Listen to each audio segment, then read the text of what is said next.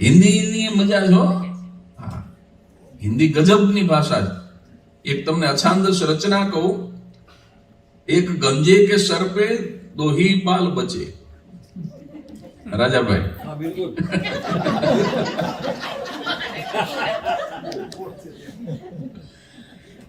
એક કાકા hair cutting salon માં ગયા ને, આનંદી પૂછ્યું કેવડા વાળ રાખું, તો કે તારા કાકીના હાથમાં ન આવે એવડા કરી દે. કાકા કેવા ગોટે ચીડ્યા છે. ને ટાલવાળાનો ફાયદો છે કે કાકી એને કદાચ ખેંચવા હોય તો હું ખેંચેલ્યો, હાલો ફાયદો છે ને. બીજો ફાયદો એ છે, ઘરે ઓચિંતા મહેમાન આવે, ઊંઘમાંથી ઉઠ્યા હોય તો તૈયાર થયા હોય એવા જ લાગે. 24 કલાક રૂપાળા લાગે, જાણે ફ્રીજ માંથી સફરજન કાઢ્યું.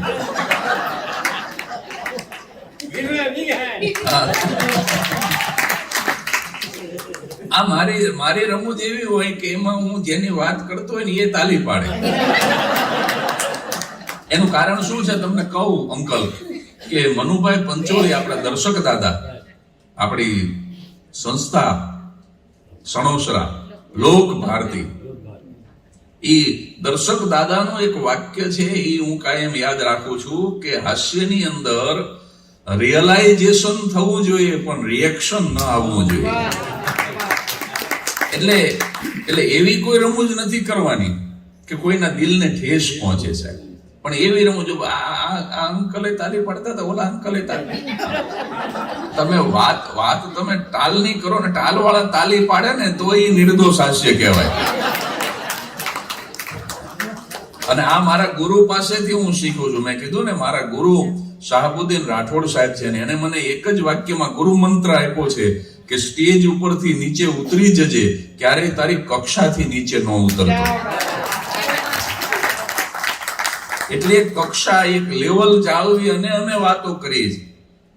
હું કોઈ ભાષાના, બીજી કોઈ ભાષાના સ્ટેન્ડઅપ કોમેડિયનનો હું જરાય વિરોધ નથી કરતો, પણ દાખલા તરીકે અહીંના જે સ્ટેન્ડઅપ કોમેડિયન છે, અથવા તો અમારે ત્યાં, એટલે આપણે ત્યાં, અમારે એટલે કે તમે કોઈ પારકા નથી, પણ ભારતના જે હિન્દી ભાષાના જે સ્ટેન્ડઅપ કોમેડિયન છે ઈ અને અમે સૌરાષ્ટ્રના, પછી એમાં શાહબુદ્દીન રાઠોડ થી માંડી પદ્મશ્રી ભીખુદાનભાઈ ગઢવી થી માંડી અને આખી જે પરંપરા છે એમાં સાંઈરામ દવે, માયાભાઈ આહિર, ધીરુભાઈ સરવૈયા, આ બધા જ ની સાથે સાથે જગદીશ ત્રિવેદી સુધી તમે જતા રહો.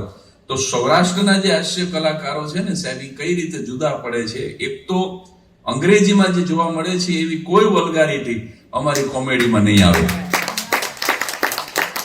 બીજું કે આ લોકો માટે કદાચ તમને હસાવા એ પ્રાઇમરી છે.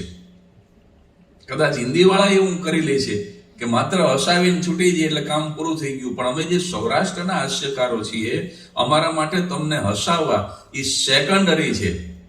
હાસ્ય તો અમારા માટે સાધન છે, પણ હસતા હસાવતા બે વાત તમારા દિલમાં ઉતારીને જવું એ અમારા માટે પ્રાઇમરી છે. તમારી રાષ્ટ્ર ભાવના કેવી રીતે વધે ઈ અમારા માટે પ્રાઇમરી છે. એટલે અમારી થોડી નાત જુદી છે સૌરાષ્ટ્રના કોમેડિયનની. એટલે હું જે વાત કરતો હતો ત્યાં પાછો પહોંચી જાઉં. એટલે ફાયદો એ પણ છે કે ઓચિંતા મહેમાન આવે, ઊંઘમાંથી ઉઠ્યા હોય તો તૈયાર થયો એવા જ લાગે, પણ બબે ફાયદા હોય તો એકાદું નુકસાન હોય.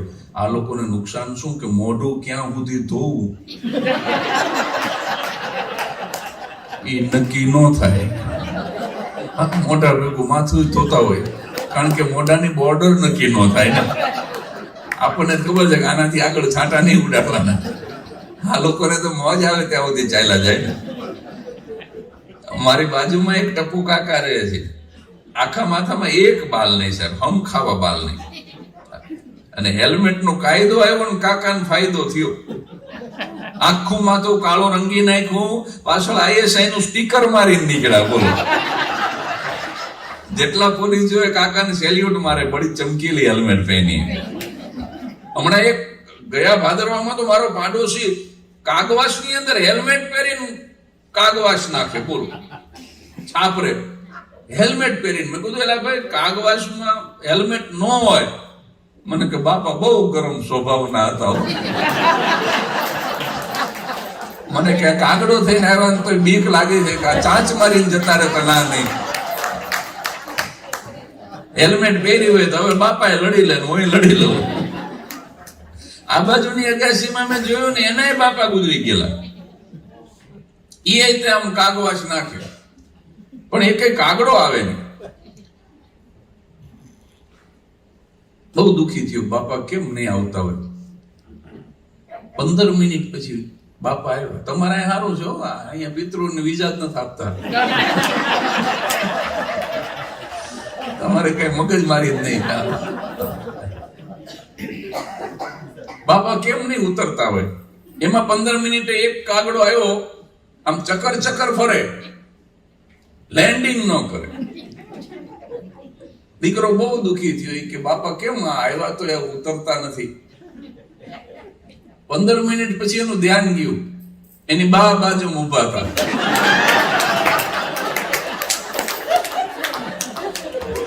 છોકરો કે બા તમે ઘડી ઘરમાં જતા રહો. એની બા કે કેમ? તો કે બાપા હજુ તમારાથી બીતા લાગે. પણ એની બાએ જે જવાબ આપ્યો એ સાંભળીને મને 3 દી તાવ રહ્યો સાહેબ. એની બા કે કાંઈ મોહ મારેથી બીતો નથી, એને પહેલેથી જ મારા હાથનું ભાવતું નહોતું.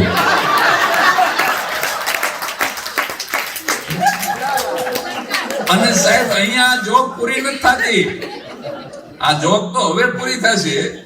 એ કે કાંઈ મોહ મારેથી બીતો નથી, એને પહેલેથી જ મારા હાથનું ભાવતું નહોતું. એ સામેવાળી સવિતાના ખોરડે ખીર ખાઈને આવ્યો હોય છે.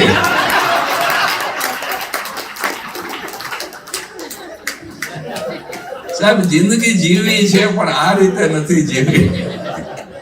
આ બેનને પાણી આપો, પાણી આપો એમને, છે ને? તો ઠીક. હમણાં એક બેન તો ખુરશીમાં જ પડી ગયા. તમે ભાગશાળી, તમે બેઠા તો રહ્યા. કારણ કે આજે આ હાસ્ય છે ને એની મજા એ છે, ઘરે તમે એકલા બેઠા હશો ને તમને દાંત આવશે. આ પ્રસંગ તમને યાદ આવશે ને આમાંથી, જયારે તમને કોકને એમ થાય છે કે આનું ચસકી ગયું શું. એકલા બેઠા હશો ને એકલા બેઠા બેઠા તમે હસતા હશો આ પ્રસંગોને યાદ કરીને. આ હાસ્યની મજા છે સાહેબ. આ અમારું, હું મારા પૂર્વજો જે બધા છે ને, જે પૂર્વ સૂર્યો અમારા, એનો હું હૃદયથી આભાર માનું છું કે એમણે એવી વિધા અમને શીખવી કે જેના કારણે આટલા બધા માણસોને અમે ખડખડાટ હસાવી શકીએ. આનાથી વધારે ભાગ્યની વાત બીજી શું હોય છે? ઓશો રજનીશે એમ કીધું છે કે તમે જ્યારે ખડખડાટ હસો છો ત્યારે તમે તમારા માટે ઈશ્વરને પ્રાર્થના કરો છો. માણસ જ્યારે ખડખડાટ હશે, તમારું ખડખડાટ હસવાનું ને વિચારવાનું બે સાથે નહીં બને. જુઓ, વિચારવાનું ને હસવાનું બે સાથે બની જ ન શકે. તમે ખડખડાટ હસો એટલે વિચારની બારી બંધ થઈ જાય, એટ આ મોમેન્ટ વિચાર બંધ થઈ જાય અને હસવાનું ચાલુ થઈ જાય. શું કામ? Why laughter is the best medicine. કારણ કે તમે ખડખડાટ હસો છો ત્યારે વિચાર બંધ થઈ જાય છે. અને સાહેબ તમે જ્યારે કોઈ ધ્યાન ધરવા બેસો ને, મેડિટેશનની પહેલી શરત એ છે કે તમામ વિચારો બંધ કરી નાખો. મન જ ન રહે, વિચાર ન રહે, મન ન રહે, અમનની સ્થિતિ સર્જાય. એટલા માટે laughter is the entrance of meditation. તમે ખડખડાટ હસો એટલે સહજ ધ્યાન લાગે સાહેબ, સહજ લાગે. એટલે શું કામ મને આ મેડિકલ સાયન્સ સ્વીકારે છે કે laughter is the best medicine. એટલે હું તમને કહું છું કે ઓશોએ કીધું કે તમે જ્યારે ખડખડાટ હસો છો ત્યારે તમે તમારા માટે પ્રાર્થના કરો છો. પણ બીજું વાક્ય અમારા માટે ઓશો બોલ્યા કે તમે જ્યારે કોઈને ખડખડાટ હસાવો છો ને ત્યારે ઈશ્વર તમારા માટે પ્રાર્થના કરે છે. Long live my child, long live. અને એટલા માટે જો હાસ્યકારો બધાય દીર્ઘાયુ છે. નાની ઉંમરે કોઈ મળતું નથી. જ્યોતિન્દ્ર દવે, બકુલ ત્રિપાઠી, વિનોદ ભટ્ટ, નિરંજન ત્રિવેદી, હમણાં જ જેમનો સ્વર્ગવાસ થયો, રતિલાલ બોરીસાગર આજે પણ જીવે છે.